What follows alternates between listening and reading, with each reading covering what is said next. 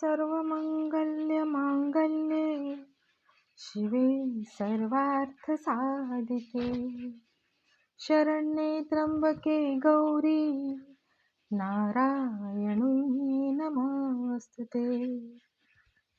नमस्कार, मी कुमारी वाणीश्री सज्जन, निवेदिका, गायिका, थिएटर अभिनेत्री. तुम्हा सर्वांना आजपासून सुरू होणाऱ्या शारदीय नवरात्रोत्सवाच्या मंगलमय आणि आर्थिक शुभेच्छा.